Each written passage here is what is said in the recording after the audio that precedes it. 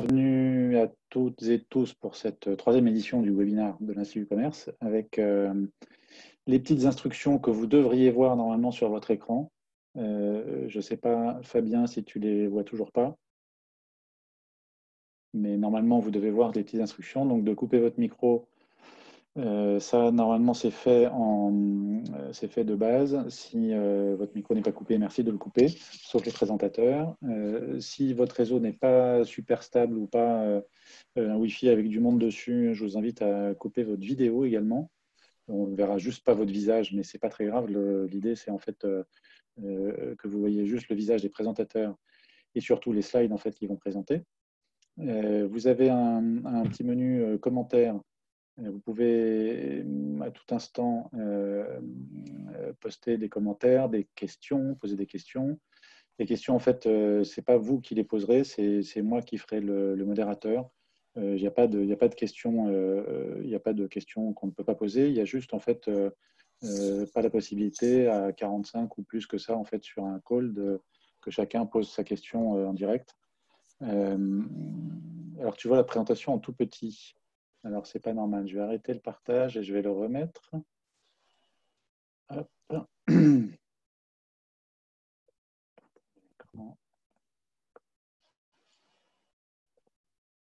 Est-ce que vous voyez quelque chose là? Donc, moi, oui. Bon. Là, je vois le... Et si je le mets comme ça, vous le... Moi, c'est bon. Mais... Et si je le mets comme ça, vous le voyez toujours? C'est bon. Ouais. Ok, super. Bon, ici, il fallait que je le relance. En fait. Donc, c'est moi qui poserai les questions aux intervenants et on fait une synthèse, comme pour les deux premières éditions, on fait une synthèse en fait qu'on met en ligne demain avec les présentations, avec les slides en fait qui auront été présentés et avec l'enregistrement, le replay finalement du webinaire. Donc, vous pourrez revoir à tête reposée si votre connexion n'est pas bonne ou si vous n'aviez, enfin pour ceux qui n'ont pas pu être là, ils pourront revoir le webinaire. Et surtout, utilisez le menu commentaires, utilisez les commentaires pour poser vos questions aux différents intervenants. On a aujourd'hui en fait deux parties, comme la semaine dernière, une première partie plus axée sur la supply chain avec 3 intervenants dans l'ordre d'apparition. Donc Fabien Esnou, CEO de Sprint Project et administrateur de la Slug, qui fait coucou, voilà. Augustin Geldry, fondateur de Collie Coach, et Alain Bory, DG de PP2R, cabinet de conseil orienté transport. Et tous les 3, en fait, font partie de la Slug. Et la Slug a lancé plusieurs initiatives, en fait, alors j'ai mis pour fiabiliser la supply chain en temps de crise. Ils vont vous expliquer ça plus en détail. C'est surtout, en fait, des initiatives qui correspondent pas mal à ce qu'on a vu dans les 2 derniers webinaires. Comment les acteurs de la supply chain peuvent aider la chaîne médicale, on va dire. Et ça, ce sera peut-être le premier point sur Supply Chain for Good. Et comment les acteurs de la supply chain peuvent répondre en fait à des questions qu'on se pose. Et ça, ce sera la deuxième partie. Alors, ça s'appelle les 100 questions ou le top 100 des questions, mais je laisserai Augustin et Alain en parler beaucoup mieux que moi. Donc, Alain, si tu veux partager la présentation que tu as, c'est le moment. Voilà, ça arrive. Très bien. Et donc, je vous laisse. Vous m'avez dit à peu près une demi-heure, en fait, à vous 3. Et c'est d'abord Fabien qui va parler. Alors, le partage d'écran est pas forcément génial. Si, voilà, tu vas le remettre. Et si tu as un problème, Alain, j'ai la présentation également, donc je peux la partager. Si ça te...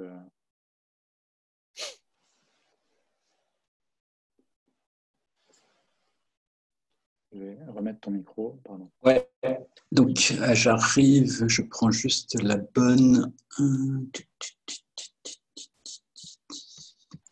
la cherche. C'est celle que tu avais tout à l'heure ou Ouais, je pense que c'est bien celle-ci. Vous me dites quand c'est bon.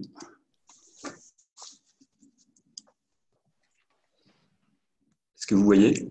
Non, il faut que tu fasses partager l'écran et ensuite tu cliques sur la présentation que tu veux partager. Partager. Voilà, ça va arriver. Voilà. Là, on voit tout ton directory de tous tes fichiers. Voilà, super. Parfait. C'est bon. Très bien. Ben, je laisse la main à Fabien d'ailleurs, puisque c'est lui qui... Ok. Allez, c'est parti. Donc, merci déjà Xavier et à l'Institut du commerce. Alors, c'est vrai qu'on est des vieux partenaires de route, mais merci en tout cas de nous laisser l'opportunité d'expliquer un petit peu ce qu'on essaie de faire au sein de la SLOG. Pour ceux qui ne connaissent pas la SLOG, c'est l'Association française pour la supply chain et la logistique. J'ai la chance d'en être administrateur, moi, depuis peut-être 15 ans, quelque chose dans l'esprit. Comme tout le monde, on a plongé assez violemment dans une crise unique dans le genre, aussi bien dans le monde et en particulier en Europe. Donc, à l'entrée de cette crise, quelques jours après le début de cette crise, on a évidemment tous compris que la supply chain serait un enjeu majeur, que quand on parle de guerre, il n'y a pas de guerre sans supply chain efficace. Mais alors là, c'était encore plus visible. On s'est dit aussi que c'était l'opportunité ou jamais de faire mieux connaître nos métiers, de les revaloriser, parce que souvent on les interprète mal, on les comprend mal, et on les valorise de fait mal, ce qui fait qu'on est d'ailleurs dans un métier qui est en pénurie d'emploi en permanence. Donc on s'est dit, en tant qu'association qui fédère toute cette communauté, il serait peut-être bien à la fois d'agir et puis d'en profiter pour que notre image s'améliore.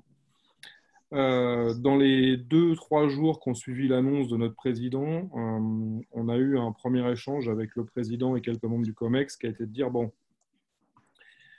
il y a on va rencontrer sans doute dans les jours qui viennent énormément de difficultés et nous, en tant qu'ASLOG, on fédère d'énormes acteurs, on fédère énormément d'acteurs, énormes certes, mais pas que, aussi des petits acteurs, et on pourra peut-être venir en aide à la plupart d'entre eux. Donc, on a réuni un comité de pilotage que vous voyez, que vous avez sous les yeux. On s'est mis en collaboration, alors il se trouve qu'on collabore avec une organisation mondiale qui s'appelle Moving On, qui est une organisation qui a été montée par Michelin, qui travaille sur tous les sujets d'innovation dans le monde de la mobilité. Et on a décidé d'appeler ce grand projet pour fédérer cette communauté Supply Chain for Good, parce qu'on a emprunté ça d'ailleurs à Michelin, et que voilà, ça avait du sens. Alors, Supply Chain for Good, c'est quoi?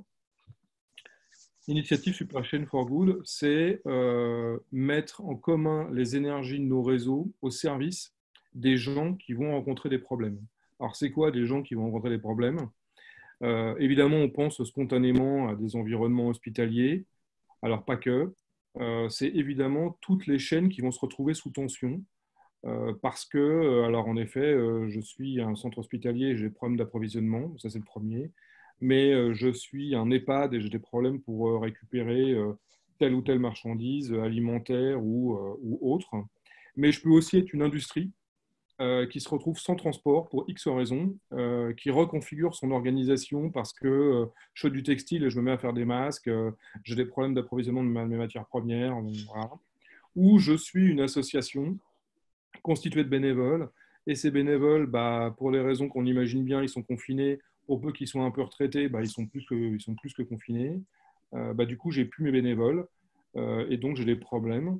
Donc on s'est dit que nous tous, acteurs de cet ASLOG, on pouvait donner un coup de main à notre pays, au moins sur nos métiers. Donc ça ne veut pas dire qu'on résoudra tous les problèmes, mais on peut déjà retirer un certain nombre de nœuds. Voilà. On a lancé ça donc, il y a un peu plus d'une semaine, d'abord sur les réseaux sociaux, principalement LinkedIn et Twitter, et ça a été relayé déjà par tous les acteurs de notre communauté. Ensuite, on a fait un communiqué de presse. Bon, évidemment, ça a pris un peu de temps parce qu'il a fallu faire valider ça par Michelin. Donc, voilà. Mais ce communiqué de presse, il avait pour objectif de franchir un certain nombre de murailles. Donc là, je vais vous parler des petites difficultés qu'on a rencontrées. Donc peut-être que tous les membres du réseau Institut du commerce vont d'ailleurs pouvoir nous aider à les résoudre. Nous, en tant qu'acteurs du monde de la supply chain, par définition, on connaît très très bien ce secteur. C'est d'ailleurs pour ça qu'on a voulu lancer ça. Mais le léger inconvénient, c'est qu'on connaît très très bien ce secteur, mais pas forcément les autres. Or, les gens qui nous intéressent sont plutôt les gens des autres secteurs. Parce que très, très clairement, nous, on n'a pas de difficulté pour trouver demain pour régler une problématique de transport. Mais quelqu'un qui vit dans un hôpital, il y a assez peu de chances qu'il connaisse la SLOG, il y a assez peu de chances que le mot supply chain lui cause. Et pourtant, c'est peut-être lui qu'on pourrait aider.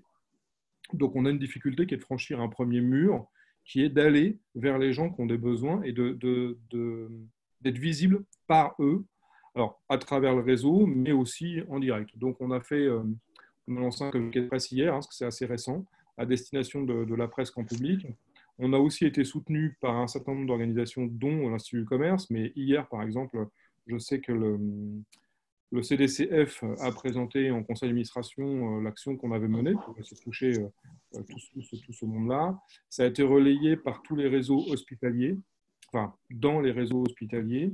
Et donc, aujourd'hui, on commence à avoir un petit peu doucement les demandes qui arrivent.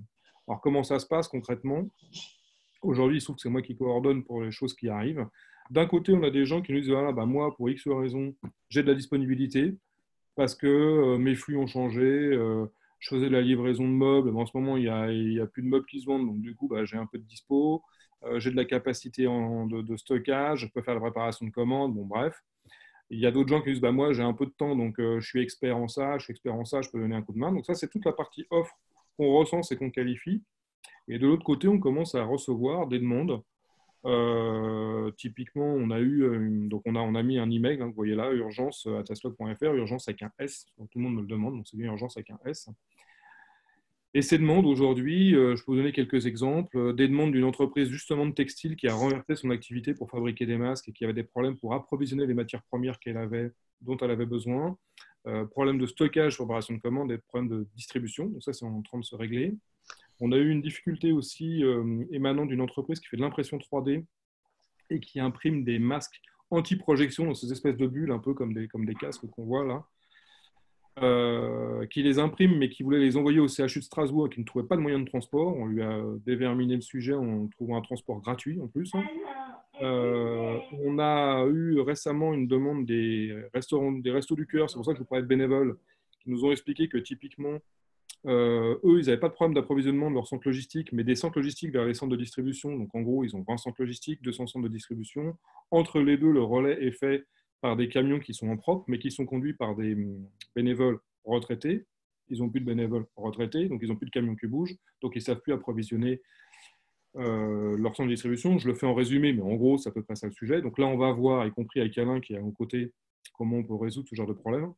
Bon, voilà, c'est ça l'initiative. Tous les jours, on apprend. Hein, sincèrement, c'est une nouveauté. On n'a jamais fait un truc pareil. J'espère qu'on le fera le moins longtemps possible parce que ça voudrait dire qu'on sera sorti de cette crise. Ça nous bouffe un peu de bande passante. Mais bon, à la fin, on se sent utile, donc c'est déjà pas mal. Voilà pour la partie Smart Supply Chain for Good.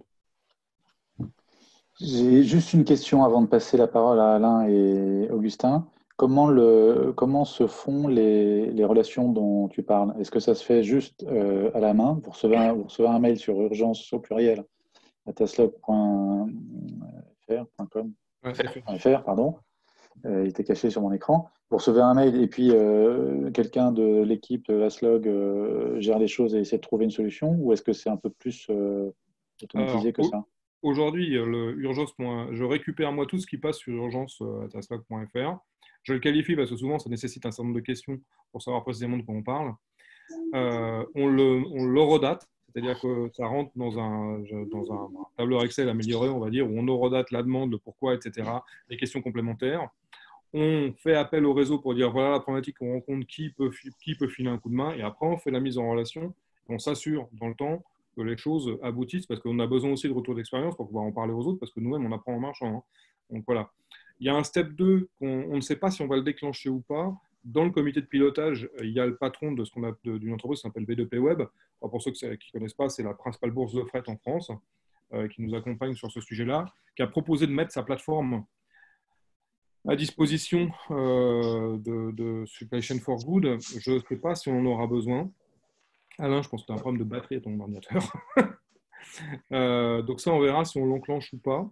Dans le comité d'experts pour information, on a des choses un peu particulières. On a par exemple des juristes. Donc on a le président d'un cabinet d'avocats qui accompagne Taslog, parce qu'il y a quand même 2-3 questions juridiques derrière tout ça. On a aussi un expert en sécurité, le président d'une boîte qui s'appelle Meliora, avec qui moi je travaille dans ma vie pro. Pourquoi? Parce que nos métiers sont aussi en ce moment extrêmement en tension sur des sujets de sécurité. Le fret a encore plus de valeur qu'il peut en avoir d'habitude. Il y a déjà eu un certain nombre de détournements de vols, dont je ne parlerai pas ici. Et on a aussi, il y a à ce moment, je crois que tout le monde le sait, il y a aussi des gros problèmes de vol de data en ce moment, parce que vu qu'on s'est tous mis à bosser à distance, on a au passage ouvert tous nos firewalls et il n'y a jamais eu autant de vols de données qu'en ce moment. Donc on a aussi un expert sécurité. Donc on a quand même bien procéduré les choses. et on apprend en marchant. Voilà. Ok, très bien. Et puis une deuxième question en fait qui est de Émilie Chalvignac. Bonjour Émilie, de l'Institut du commerce, sur le fait d'organiser des livraisons de produits consommables alimentaires, enfin, en gros de réapprovisionner les soignants qui n'ont pas le temps de le faire et qui n'ont pas le droit de ramener une gamelle de l'extérieur, etc. Est-ce que ça, c'est une question qui a été posée déjà à urgence? Alors, on n'a pas eu le cas. Je pensais d'ailleurs que ça serait presque un des premiers cas. C'est là où je dis qu'on a une espèce de frontière invisible. C'est pour ça d'ailleurs ça m'intéresse qu'on s'exprime ce soir, parce que chacun a des réseaux. Et tout le problème, c'est de faire circuler cette information. C'est sûr que si je passais en prime time sur BFM ou sur TF1, ça serait un peu plus simple. Et alors après, on serait peut-être débordé. Mais enfin, je préfère qu'on soit débordé, qu'on s'y mette tous, plutôt que de se dire qu'il y a des gens qui ont des galères et que nous, on aura les moyens d'y répondre. Mais si on n'est pas au courant, est-ce que pas d'y répondre? Voilà. Donc, c'est là toute la limite de faire de la supply chain. Très bien. Non, on est au courant et tous les participants là, du webinaire ce soir, en tout cas, le sont. Et on va du coup insister, nous, là-dessus, en termes de com, derrière, pour que ça se sache le plus largement possible. Je passe la parole, merci beaucoup Fabien, je passe la parole à Alain et Augustin. Donc, ils vont parler de la deuxième initiative sous l'égide de la SLOG. Et je te laisse, Alain, commenter tout ça. Oui, Augustin, tu interviens quand tu veux, puisque on est plusieurs à avoir réfléchi en complément de ce que vient de présenter Fabien. C'est-à-dire qu'il y a des actions telles qu'il l'a expliqué où on essaye de mobiliser nos réseaux, de trouver des solutions. Donc ça, c'est Fabien qui coordonne et il a pas mal de travail. Et puis on essaye d'aider chacun à son tour par rapport à ce qu'on peut faire.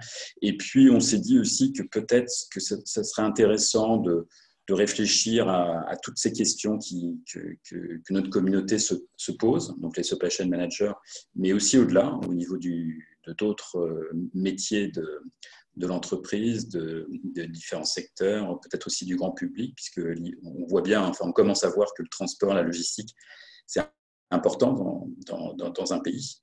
Donc on s'est dit que ce serait peut-être intéressant de poser un peu les grandes questions et de se partager un peu le travail dans notre communauté de la SLOG et au-delà pour aider tout simplement. Et voilà donc l'idée de ce top 100 des questions relatives à la supply chain en plein coronavirus. Donc voilà, l'idée c'est ça, c'est la SLOG et au-delà. Et après, Augustin, ce qu'on s'est dit, c'est qu'il n'y avait pas forcément qu'une seule bonne réponse. Il y a plein de questions. On n'a pas le temps de faire un consensus, donc c'est d'apporter des témoignages et que chacun puisse aussi rebondir. Et ça prend quelle forme alors ça, ces contributions? Est-ce que c'est quelque chose qui va être partagé, qui va être mis en ligne, diffusé ou Oui, avec donc toujours sous l'égide de l'ASLOC, l'idée c'est de pouvoir partager sur le site de l'ASLOC, aussi sur LinkedIn à travers des questions qui vont commencer à être diffusées à partir de demain. Donc on va voir si on fait a priori 2 par jour. L'idée étant de pouvoir aussi identifier de nouveaux contributeurs, de pouvoir générer des échanges. Afin que cette communauté se sente un peu moins seule et qu'à nouveau on puisse partager et aider sur des questions que beaucoup se posent et donc de partager à nouveau. Et alors, est-ce que Augustin ou Alain, est-ce que vous avez des exemples de questions, là, celles que vous avez commencé à traiter justement? Oui, on va y venir. On a après préparé quelques-unes en fonction du temps. On va pouvoir partager avec vous certaines questions-réponses. Et donc, comme le disait Fabien, on est ravis de pouvoir partager avec vous parce que ça commence demain dans la réalité, puisqu'on a commencé à travailler vendredi sur l'idée. On a rédigé les premières questions. Donc là, aujourd'hui, on a une trentaine. Et puis, on va continuer cette semaine et la semaine prochaine à alimenter ce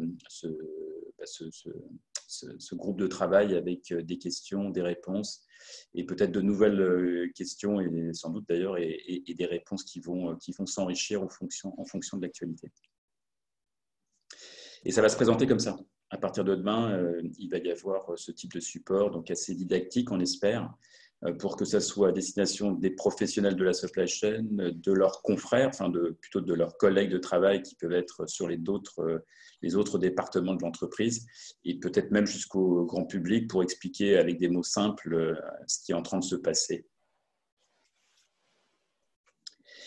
D'ailleurs, à cette occasion, on va se laisser un peu de temps parce que vous avez peut-être sans doute d'ailleurs au niveau de l'assistance des questions que vous vous posez, et puis ça nous permettra d'enrichir notre répertoire de questions et trouver des experts dans experts métiers de la SLOG et au-delà pour pouvoir y répondre. Donc, on vous propose de partager avec Augustin quelques questions-réponses. Ce n'est pas exhaustif, hein, il peut y avoir d'autres questions que vous posez, on peut essayer d'y répondre en live aussi. Hein, donc, on va vous en proposer une petite série. De nouveau, hein, l'ambition, elle est de partager, ce n'est pas d'avoir une réponse parfaite, c'est des témoignages d'experts du sujet, mais bien sûr, ça demande à être complété et parfois même challengé. C'est l'idée aussi de base de cette réflexion. Ce qu'on a noté dans les premiers échanges qu'on a eus entre nous et puis au niveau de la profession, c'est qu'il y a, et même au niveau du grand public, qui commence à comprendre que la partie supply chain, c'est important. On l'a vu avec les masques, mais aussi pour l'alimentaire, donc on va l'aborder. Et on se demande pourquoi ce scénario de crise sanitaire mondiale n'a pas été anticipé. C'est le premier constat qu'on peut faire. Alors, je ne sais pas au niveau de vos entreprises, hein, vous n'êtes sans doute pas logés à la même enseigne en fonction de votre secteur. Est-ce que vous êtes plus B2B, B2C, puisqu'on voit qu'il y a des différences. Mais des échanges qu'on peut avoir, nous, au niveau du secteur, de ce qu'on comprend aujourd'hui, c'est que personne n'était vraiment bien préparé. Pourtant, on aurait pu se servir de l'exemple de ce qui s'était passé en 2009-2010, pour ceux qui s'en souviennent, du virus H1N1, puisque on avait peut-être suranticipé sur ce problème de crise sanitaire, qui finalement n'avait pas fait beaucoup de dégâts, enfin beaucoup moins, même si quand même déjà à l'époque, 175 pays avaient été touchés, et il y avait à minima, parce que c'est difficile de compter vraiment le nombre de morts, mais près de 20 000 personnes qui étaient décédées du H1N1 à travers le monde. Donc, bon, voilà, c'est passé un peu à côté.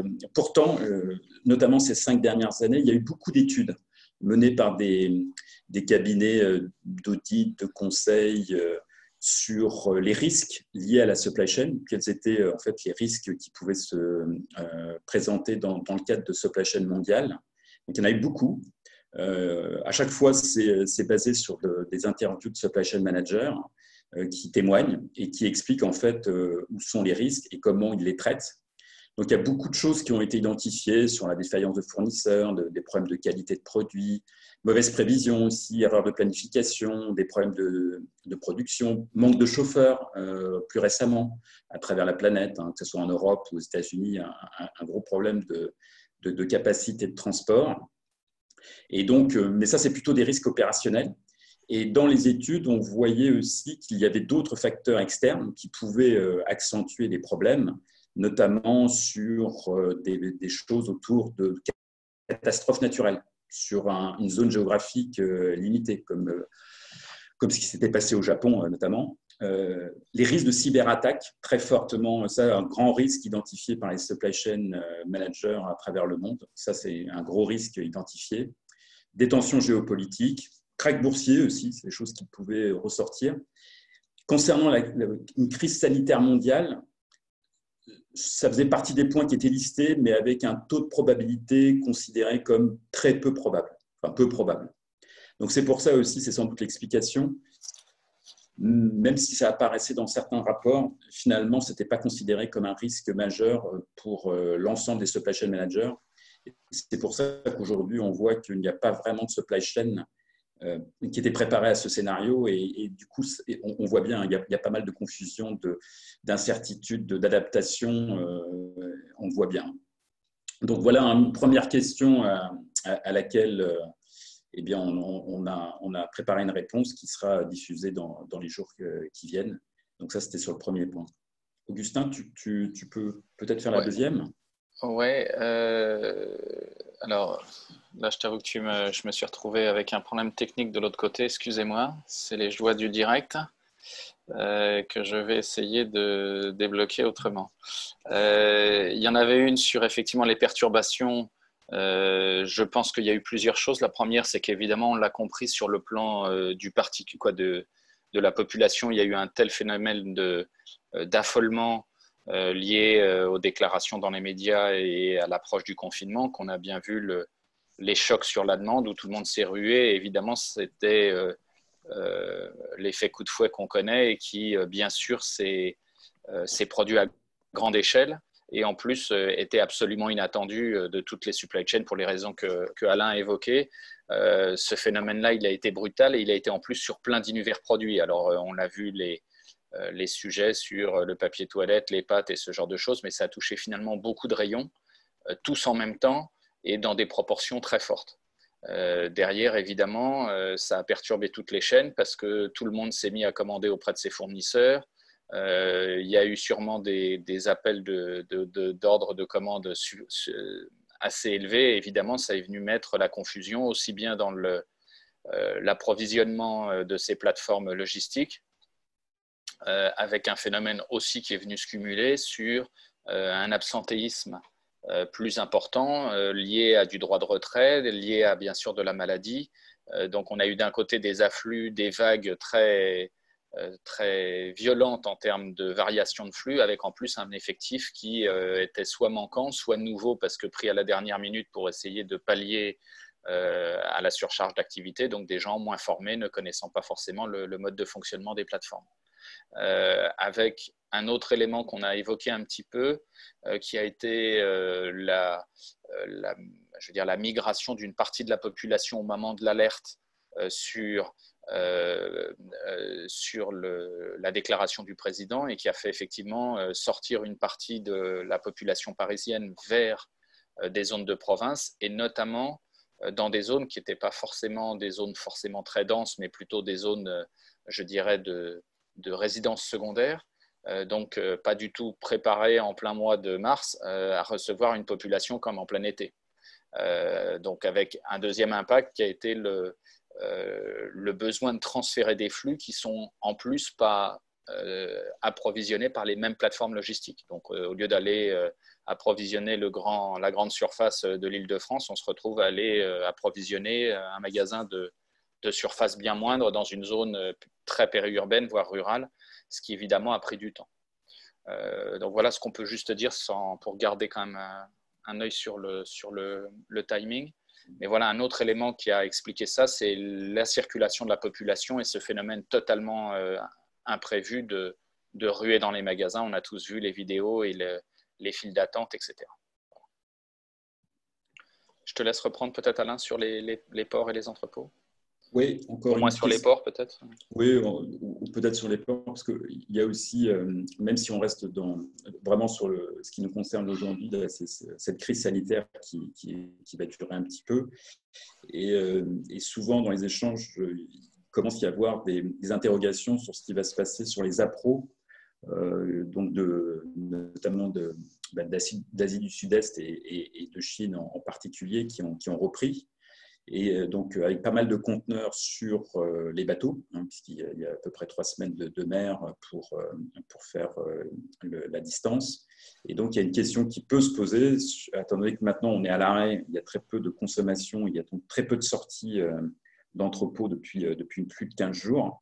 Est-ce qu'il y a un risque finalement de problème ensuite de quoi faire de cette marchandise qui va arriver sur les entrepôts et qui est à destination, qui va arriver sur les terminaux portuaires et à destination des entrepôts.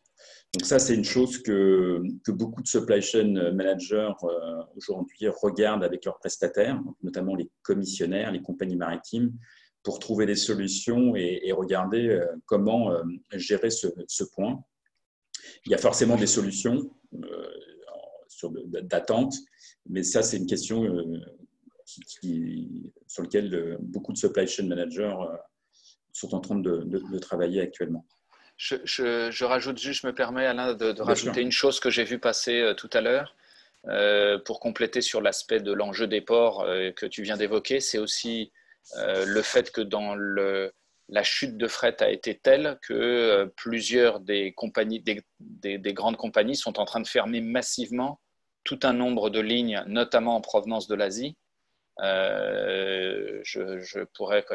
partagerai dans notre groupe les infos qui viennent de tomber, mais il y a un nombre de lignes qui ont été brutalement fermées, et ça par beaucoup des grandes compagnies et dans de très grandes proportions. Donc, c'est aussi un phénomène qui va venir aggraver, c'est que ils les ont fermés, et pour les messages que j'ai vus passer, il n'y a pas de date de reprise prévue, donc la capacité à les stopper, et c'est rideau pour l'instant, sans plus de nouvelles à court terme. Donc c'est vraiment très massif, et de ce que j'ai lu là dans les dernières infos de tout à l'heure, c'est une proportion jamais vue dans la coupure des lignes maritimes. C'est juste ce que je voulais préciser, parce que c'est aussi trompeur pour nous de se dire, ah bah, nous, dès qu'on va être sortis, on va pouvoir réactiver, mais si les lignes elles sont stoppées, on imagine bien qu'on ne va pas les réouvrir dans la minute. Et puis après, comme le disait Alain, il y a le temps de mer qui va pas changer. Donc ça va être sûrement là à nouveau un effet de coup de fouet probablement, parce que tout le monde va vouloir se battre pour aller charger dans les lignes encore ouvertes, pour aller prendre de la capacité et arriver à faire passer son fret. Oui, c'est ça. Il va y avoir un effet accordéon en plusieurs phases, et ça va être compliqué pour les supply chains de s'adapter, parce que le risque, c'est effectivement si les gens se disent, tiens, au mois de juin, ça y est, je peux rouvrir mon business, et qu'en approvisionnement, j'ai juste un peu de stock qui me restait, un peu de ce qu'il y a dans les ports qui m'attendait, très bien. Mais si derrière, pendant un certain temps, il n'y a pas de bateau à charger, plus le temps de mer, plus le temps de l'approvisionner, quoi, tout ça, ça va faire des vagues et des montagnes russes probablement très, très violentes, en tous les cas. Juste une petite question qui est arrivée sur le fil de commentaires, de conversation. Ouais. Est-ce que les ports et les transitaires auront la capacité de stocker les conteneurs qui vont arriver d'Asie? C'est ça le point. C'est que ça va être compliqué. Mais pour l'instant, enfin, est-ce qu'il y a un début de réponse à ça? Le fait que tu aies un accordéon, ok, mais Vas-y, Augustin, si tu veux. Ouais, moi juste, ça n'a évidemment pas valeur de sondage du tout, mais chez l'un de mes clients en ce moment, justement, on est avec cette problématique-là. Il y a un vrai questionnement, très clairement, il n'y a pas d'élément de réponse de la part des gens qui sont leurs interlocuteurs habituels, notamment par exemple au Port du Havre. Port du Havre qui indiquait aussi une chose, alors peut-être que ça va changer avec l'évolution de la crise sanitaire, mais il faut se souvenir qu'il y a eu la grève des ports il y a très peu de temps. Et que, à nouveau, dans les derniers échanges que notre transitaire avait avec ses équipes sur place, c'était à nouveau une possible position, cette fois-ci non pas de grève, mais de droit de retrait pour des questions sanitaires. Vous avez vu que certains syndicats commençaient à prendre des positions en incitant leur personnel à prendre leur droit de retrait s'ils voyaient que les conditions n'étaient pas réunies. Et l'échange que nous, on a eu, et il ne date pas d'il y a très longtemps, il date de fin de semaine dernière. Au Havre, il y avait cette inquiétude de la part de notre transitaire qui disait j'ai bien sûr le problème de la capacité à stocker, mais j'ai aussi la problématique de savoir s'ils vont accepter de travailler dans les semaines qui arrivent, c'est-à-dire celles où on va commencer à recevoir les bateaux qui arrivent après le redémarrage de l'activité en Asie. D'accord. Voilà, donc c'est un effet, et on sait dans les ports, on a vu ce qui s'est passé il y a quelques semaines, on sait que la position peut être parfois assez virulente de la part des syndicats, et donc le droit de retrait peut tout à fait faire partie des scénarios qui pourraient sortir d'ici très peu, quoi. Mais ça n'a évidemment pas vocation de sondage, c'est juste le retour de terrain d'un acteur par contre bien implanté et qui est un acteur important français dans les ports français, donc qui a quand même une vraie visibilité et qui a des trafics extrêmement variés et une position très importante sur les ports français. Oui, enfin, ce qu'il faut retenir, c'est qu'au niveau des entreprises là, qui sont présentes là, dans le cadre de ce webinaire, il y a une crise sanitaire qu'on vit actuellement. Il va y avoir une crise économique, ça c'est un secret pour personne, donc il faudra s'adapter. Et côté supply chain, il va y avoir… la situation est très compliquée en ce moment. Et c'est loin d'être fini par rapport à tout ce qu'on vient d'expliquer. Il va y avoir aussi, on n'aura pas le temps d'en parler là aujourd'hui, mais sur les transporteurs aussi qui ont une baisse d'activité très forte. Tous les patrons d'entreprises de transport que j'ai eus m'ont tenu le même discours, entre une baisse entre 50 et 70% du chiffre d'affaires, donc des problèmes, comme il y a beaucoup de sous-traitants, des entreprises, donc il y a quand même un risque fort de dépôt de bilan. On était en difficulté, pas assez de chauffeurs, avec un âge moyen assez élevé. Donc, ça va être très difficile de s'adapter par rapport à toutes ces contraintes. Les modèles de prévision n'avaient jamais prévu ça, donc c'est pour ça aussi qu'aujourd'hui, ils patinent. Donc, il va y avoir beaucoup de travail au niveau des supply chains pour sortir de cette crise sanitaire et d'adapter et au plus vite. Et puis après, il y aura le jour d'après. De nouveau, il y aura pas mal de choses à réinventer sur les différents modèles et le sujet du développement durable. On espère qu'il sera cette fois bien au centre des supply chains, ce qui n'était pas le cas jusqu'à présent. Et donc, tout ça fait que il y a beaucoup de défis qui attendent les supply chains au sein de vos entreprises. Il va falloir les aider à trouver des solutions parce que ça va être encore très difficile dans les semaines et les mois en fait, qui arrivent. Ouais, je pense juste, c'est le dernier point peut-être, mais c'est effectivement de dire il y a tout le day-to-day en ce moment de effectivement comment j'arrive encore à faire fonctionner et à essayer de tenir à peu près la maison debout, ça c'est clair. Et ce que disait Alain, je pense que moi aussi c'est le signal que j'ai eu par ailleurs, c'est la phase de restabilisation sans même parler du modèle d'après, le simple temps de combien de temps on va mettre pour retrouver à peu près une position d'équilibre et arriver à refaire fonctionner les supplies avec tous les effets qu'il y a tout au long de la chaîne depuis les pays de sourcing jusque dans le dernier kilomètre de nos supplies.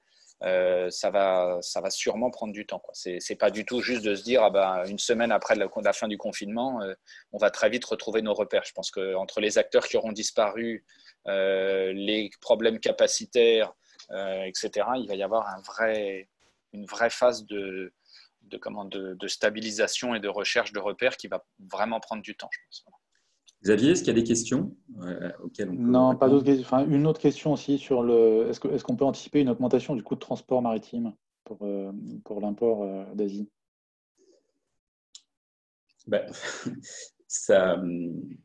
S'il n'y a plus de capacité, en fait, de nouveau, il va y avoir un effet accordéon. Donc, les compagnies maritimes sont suffisamment bien organisées, suffisamment peu pour trouver d'adapter, en fait.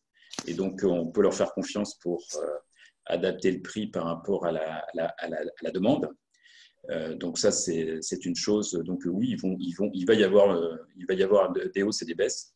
Et puis sur le transport routier en Europe, là aussi, il va y avoir sans doute beaucoup de baisses dans un premier temps. Et puis après, forcément, en fonction de ce qui se sera passé, de la consommation et en fonction des secteurs à activité, à nouveau des hausses.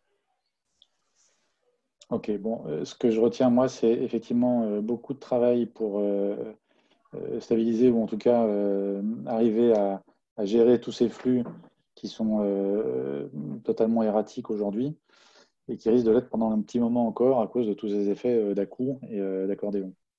Et raison de plus donc pour bien partager et bien échanger entre nous tous donc sur ces questions. Et j'imagine que s'il y a des questions que nos adhérents ou enfin les participants, oui, et puis au-delà de ça, se posent, faut les remonter en fait alors, par n'importe quel moyen. Elles peuvent remonter par nous, on vous les transmet derrière, etc.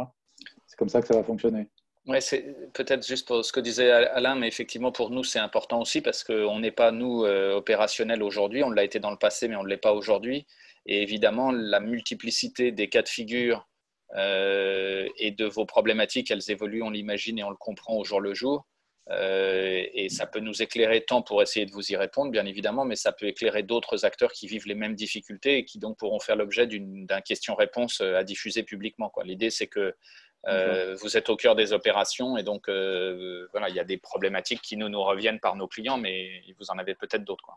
Donc on encourage en fait l'interaction Bien sûr, ouais, entre tous Et si quelqu'un d'entre vous là, en ligne sur ce webinaire ou vos collègues de la supply qui ne sont pas là, mais qui sont, ou des connaissances que vous avez dans d'autres entreprises se posent des questions, qui ne restent pas tout seuls en fait dans leur coin, vous contactez la SLOG ou nous ou les deux pour essayer d'apporter des réponses en fait pour l'ensemble. Voilà, et puis, une autre chose, mais pour peut-être boucler là-dessus, c'est qu'en plus, on imagine bien qu'on n'a pas de réponse toute prête, vu le contexte. Ouais. Les choses qui, en temps normal, sont assez faciles à vous répondre, là, ça devient évidemment nettement plus compliqué, bien évidemment. Ok. Bon, super. Merci beaucoup à tous les deux, à tous les trois, je devrais dire, avec Fabien. Donc, merci Augustin, merci Alain. Avec plaisir. On va passer à la deuxième partie de ce webinaire. Donc, il faut que je réactive Marc-André, c'est fait. Et Joël, ça va être fait dans 2 secondes. Voilà, donc Marc-André et Joël, vous avez la main. Alors avant que vous preniez la main, je vais juste vous rappeler donc la page dédiée du site. Donc je vais vous la montrer. Donc on a ouvert cette page. Mince, où elle est? Voilà. Hop, pardon, ça va pas être le bon. Mais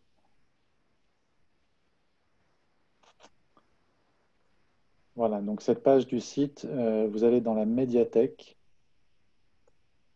Il y a un gros truc qui s'appelle coronavirus. Et là, vous avez accès à beaucoup d'informations. Donc, je vous le remontre très vite en attendant que Bain se prépare.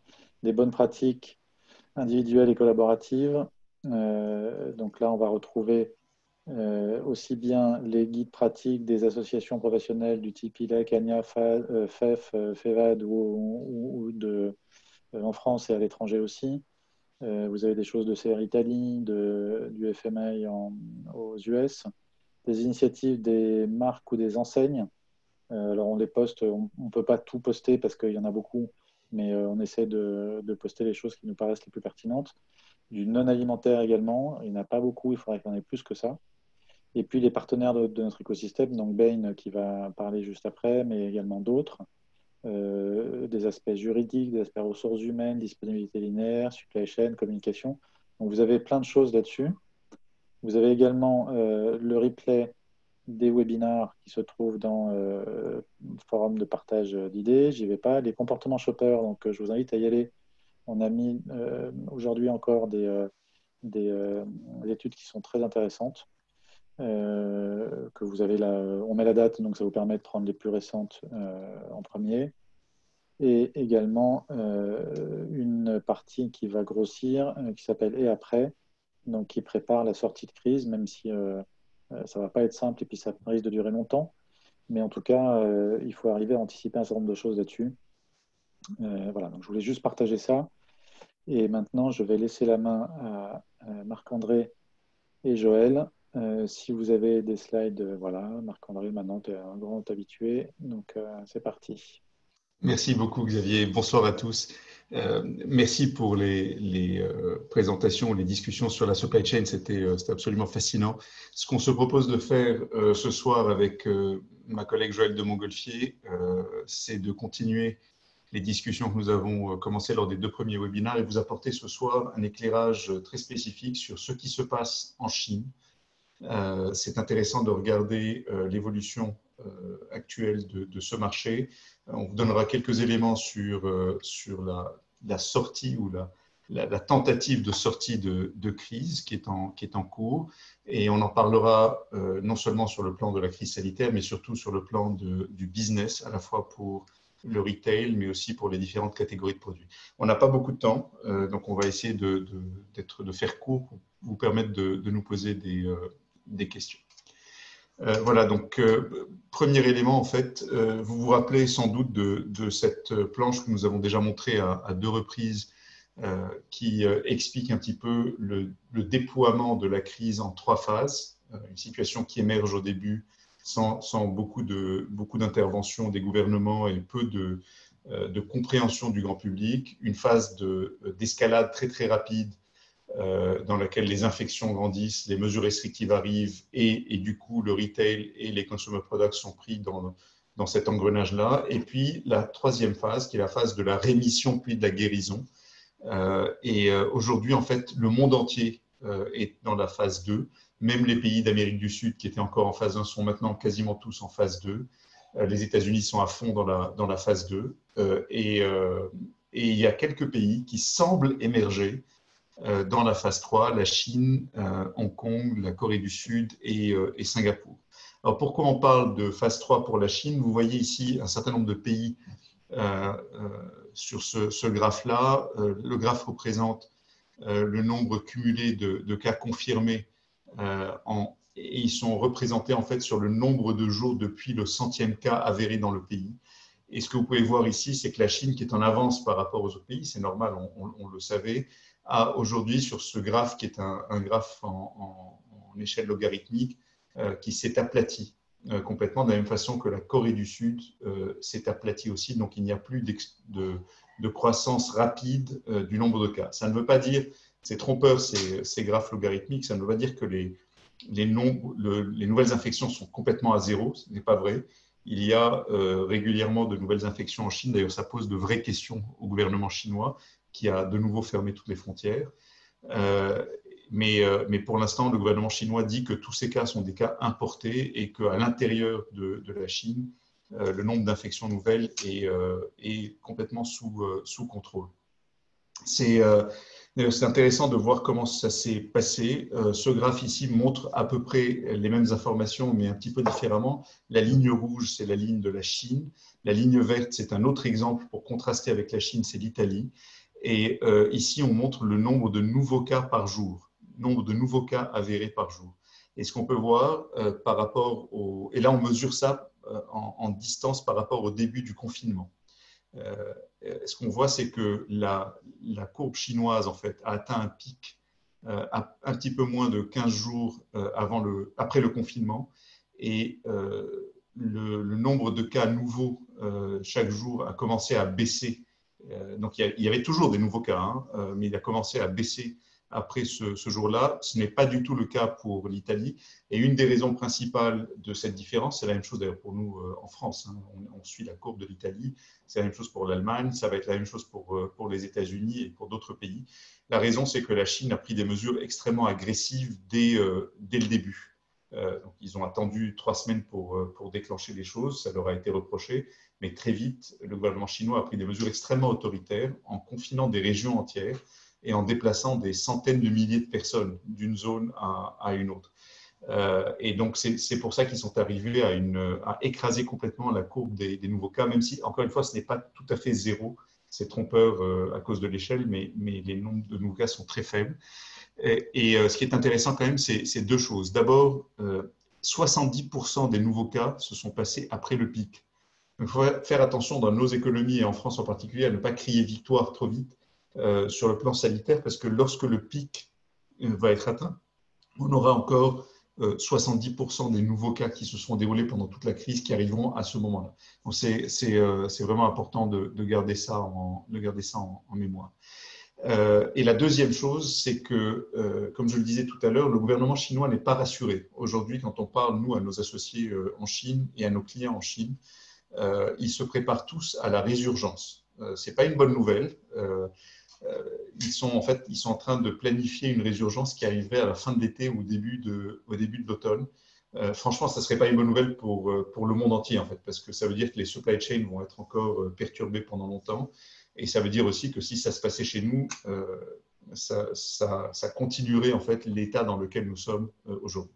Et en fait, c'est une opportunité pour nous de prendre un peu de recul par rapport à ça, de dire c'est quoi les scénarios finalement dans lesquels nous pourrions nous trouver.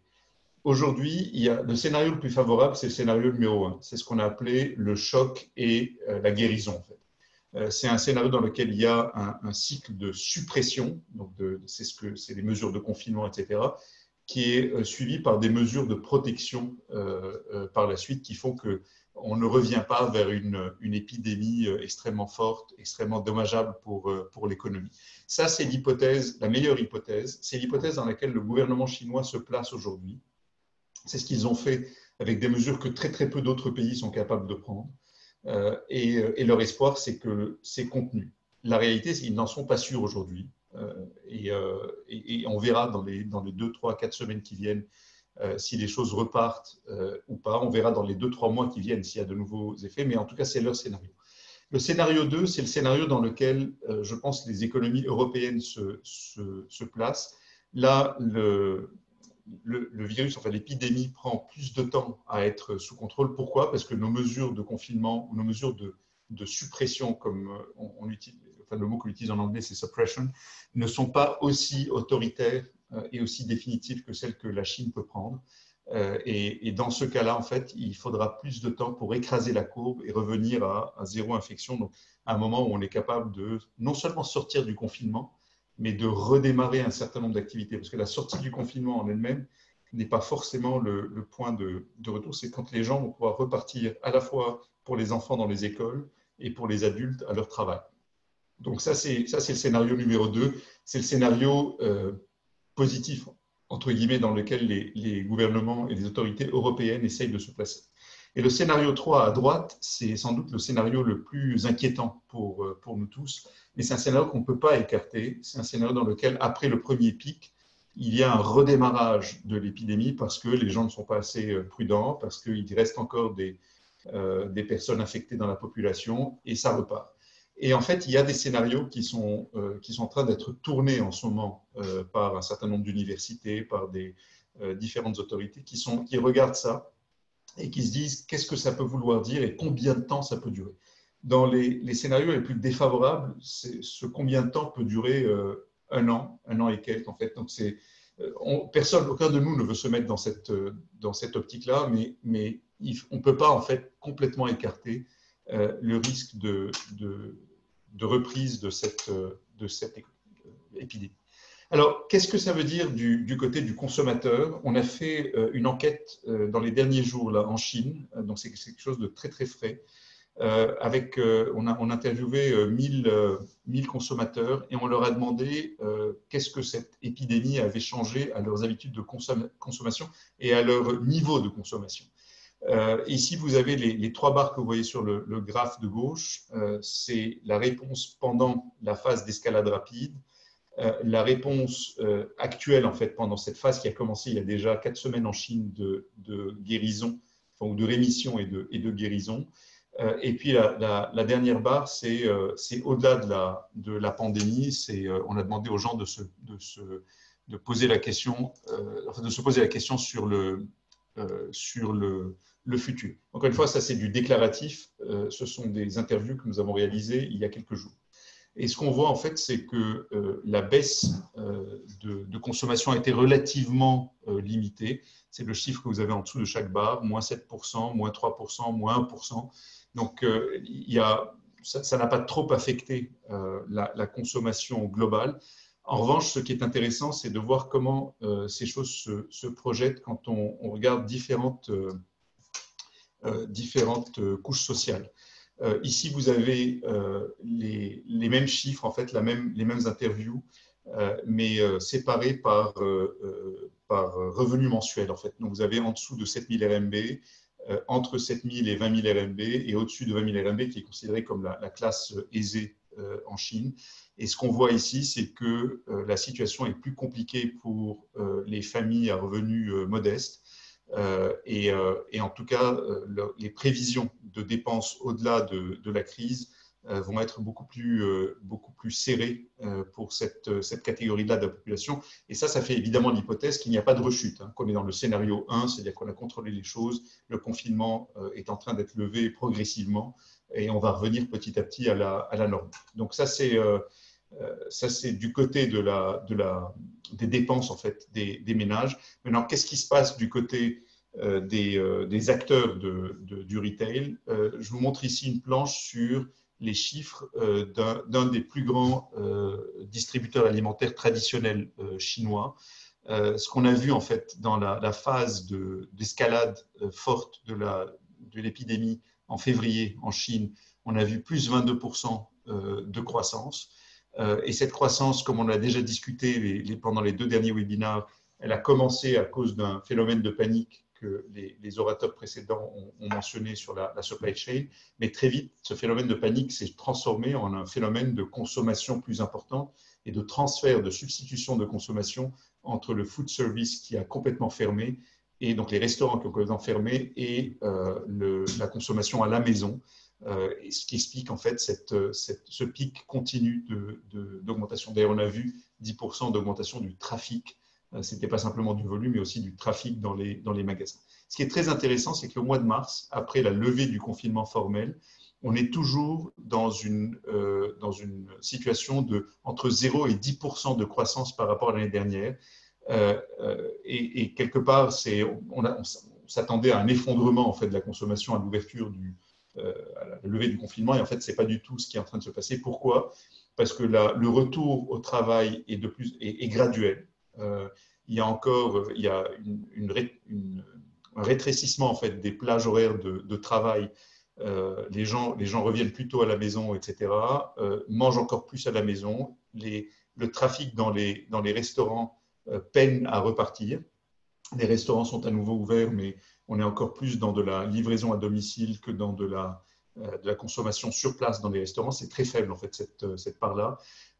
Et donc, ça continue de bénéficier aux supermarchés et aux hypermarchés en Chine. Deuxième exemple, donc c'est justement le côté restaurant. Et là, ce qu'on voit, c'est qu'on a eu en fait un pic de fermeture de ces restaurants qui sont quelquefois des fast-food, quelquefois des restaurants classiques. On a eu 35% d'emplacements qui ont été fermés au mois de février pendant le pic de la crise, complètement fermés. Évidemment, ils étaient fermés à la consommation sur place, mais ils étaient encore ouverts pour la livraison à domicile. Mais il y a quand même 35% des emplacements complètement fermés. Aujourd'hui, il n'y a plus que 5% des emplacements complètement fermés. Mais comme je le disais tout à l'heure, la consommation sur place est extrêmement faible. Et d'ailleurs, ça se voit dans les chiffres de like for like, en fait, le Same Store Sales Growth, SSSG. On était à moins 45% en février et on est encore à moins 20, un peu plus de moins 20 au mois de mars. Donc voilà, les choses sont en train petit à petit de revenir à la normale, mais il ne faut pas se dire, on est un mois après la levée du confinement et on n'est pas encore dans une situation de retour complet à la normale. Les mesures d'hygiène qui sont prises dans les magasins et dans les restaurants continuent d'être là et elles vont être là, je pense, pour une très très longue durée. Et on n'est pas encore dans la phase où les entrepôts, les magasins sont revenus à une situation de stock normal. On est encore très loin de ça. C'est petit à petit en train de repartir. Ils sont en train de rebrancher un certain nombre de systèmes, les systèmes de promotion, etc. Tout avait été débranché. Et là, petit à petit, on est en train de repartir. Ça va prendre des mois avant que tout le système complet ne fonctionne comme avant. Voilà. Quelques éléments sur les catégories. Joël, je te laisse la parole pour continuer. Oui, je vais faire très vite parce qu'il ne nous reste plus beaucoup de temps. Je voyais qu'il y avait des commentaires dans le chat sur mais les chiffres chinois, est-ce qu'ils sont fiables, etc. Je pense que le consensus général, c'est de dire que non, les chiffres chinois ne sont pas fiables. Et donc l'implication, c'est de dire malheureusement les chiffres chinois tels qu'ils existent aujourd'hui, ils peignent un scénario plutôt optimiste. Donc c'est un scénario où le nombre de cas serait réduit à 0 en à peu près 45 jours après la durée de confinement, où en 3 mois on arriverait à clôturer l'épisode, etc. Et donc malheureusement, si on pense que ces chiffres ne sont pas justes, les hypothèses que Marc-André évoquait en termes macroéconomiques, elles sont beaucoup plus pénalisantes en fait pour les économies occidentales, qui ont mis beaucoup plus de temps à réagir que le gouvernement chinois, qui ne savent ni tester ni mesurer le nombre de cas. Donc voilà, j'apprécie le doute qu'il peut y avoir sur les chiffres, mais il faut voir que l'implication de ces chiffres comme n'étant pas fiables, c'est qu'en fait les scénarios sont beaucoup plus pessimistes pour le reste du monde. Très rapidement sur les catégories. Donc, on a fait des études, vous verrez, sur ce premier graphe qui est, en fait, on a demandé aux consommateurs, entre le moment où la crise, où la situation a commencé à changer, le pic de la crise qui est la barre rouge, et la partie où on pense que la situation revient à la normale, comment est-ce que votre consommation a évolué selon certaines catégories. Donc, vous voyez qu'il y a les pics qu'on a identifiés partout ailleurs dans le monde sur les catégories réputées essentielles, l'alimentaire, qu'il soit en épicerie sèche ou qu'il soit en épicerie fraîche, toutes les boissons, etc. Les catégories non essentielles qui incluent en Chine l'alcool, c'est pas forcément pareil dans tous les pays, mais cosmétiques, alcool, évidemment, prêt-à-porter, tout cela a reculé pendant l'épisode de confinement, mais revient à des niveaux plutôt normaux aujourd'hui. Vous voyez le même modèle pour les catégories d'équipement de la personne et de la maison, et pour différents services. Donc c'est évidemment très indicatif, hein. Vous imaginez que la situation évolue très rapidement en Chine et qu'on est sur des mesures de données qui sont énormes. Donc on prend des baromètres comme ils se présentent. Là c'est sous forme d'études consommateurs, mais ça vous donne une idée de la courbe par catégorie. Très rapidement, Marc-André, si tu veux bien passer à la planche d'après, sur la partie e-commerce plus spécifiquement. Donc là, ce sont des études qui ont été faites en collaboration avec Alibaba sur les chiffres d'affaires générés pendant la crise. Donc vous avez la première barre qui est janvier, la seconde qui est février, la troisième qui est mars. Et vous voyez les taux de consommation en ligne. Donc vous voyez notamment qu'il y a des effets de rattrapage qui se passent en mars sur certaines catégories qui patinaient, type cosmétique, comme tout le commerce de détail spécialisé était fermé, on se rattrape et on restocke sur ces produits de cosmétiques dès la sortie de la crise. Même phénomène pour la catégorie prêt-à-porter et puis dans une moindre mesure pour l'équipement de la maison. Et si on fait une comparaison sur la planche d'après avec l'état des lieux il y a un an, vous voyez en janvier, en février et en mars qu'il y a eu une réelle prise de part de marché du commerce en ligne, puisqu'on a des taux de croissance absolument phénoménaux au pic de la crise, donc en février, par rapport à ce qu'on observait l'an dernier. Je vous rappelle qu'en règle générale, l'e-commerce en Chine, c'est déjà un canal qui se développe extrêmement rapidement. Donc, on a vraiment vu une prise de part de marché substantielle sur toutes les catégories, sauf sur les catégories qui, elles, continuent à ne pas bénéficier de cet effet crise comme la mode du commerce en ligne.